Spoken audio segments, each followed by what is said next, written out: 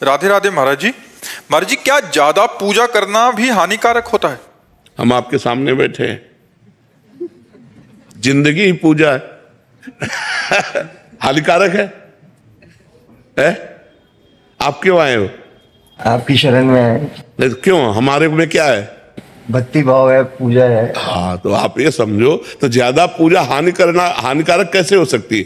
हानिकारक पाप कर्म होता है, हानिकारक हिंसा होती है, हानिकारक बेविचार है, हानिकारक जुआ है, हानिकारक शराब है। भगवान की पूजा हानिकारक हो सकती है? कैसी बात करते हैं? कैसे ये बात मतलब दिमाग पे आई? बात समस्या ये है कि कुछ लोगों के दिमाग में ऐसा बैठ जाता है कि जो ज्यादा धर्म से चलते हैं, जो ज्यादा पूजा करते हैं, वो परेशान हो जाते हैं। आप जो प्रश्न कर रहे हो मैं उसे समझ रहा हूं, उसकी धारा को। ऐसा नहीं है। पूर्व के जो पाप कर्म हैं, जैसे हमारी दोनों किडनी फेल है, बचपन से बाबा जी हूं, ये हमारे पूर्व के पाप कर्म का फल है। और ये हमारे भजन का फल है कि हमें पूरे की पूरी जनता का प्यार मिल रहा है। हम सुबह जब निकलते ना, छोटे बच्चे से लेकर सब राधा राधा राधा, तो दिखाई देता है, सबकी आंखों में प्यार दिखाई देता है।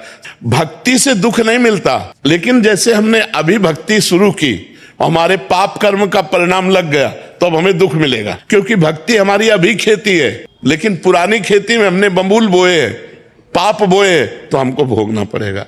जैसे बड़े बड़े संतों को भोगना पड़ता है। रामकृष्ण परमहंस जी के कैंसर और बड़े बड़े संतों के कष्ट देखे गए, और वो इतनी सामर्थ्य रखते हैं कि दूसरे के कैंसर को मिटा दे, दूसरे के दुख को मिटा दे, लेकिन वो अपने दुख को भोग करके भगवान की प्रसन्नता के लिए भगवान को भक्ति से कभी किसी को दुख मिल ही नहीं सकता, लेकिन भक्तों के जीवन में दुख देखा गया है। हाँ जी, बात समझना। उस दुख में भी वो सुखी रहे हैं और बड़े बड़े कष्ट उनके जीवन में आए। क्या हुआ? अब जैसे हमारा आखिरी जन्म है, अब हमें जन्म नहीं लेना, तो हमारे हजारों अनंतों जन्मों के पापों को थोड़ा थोड़ा भुगा कर, अब जो थोड़ा थोड़ा भोगेंगे तो कदम कदम पे भोगना है। अब भोगते भोगते मर जाएंगे, इसके बाद भगवान को प्राप्त हो गए, खत्म। अब तुम्हारा अनंत जन्म भटकना है। अभी बोले पापी आदमी कोई भी कष्ट नहीं हुआ, जुकाम भी नहीं हुआ, चट मर गया। देखने को मिलता है ऐसा कि पापी आदमी हंसते नाचते मर गया, और संत बने हैं, पूरा जीवन भजन करो, महीनों सड़ना पड़ा।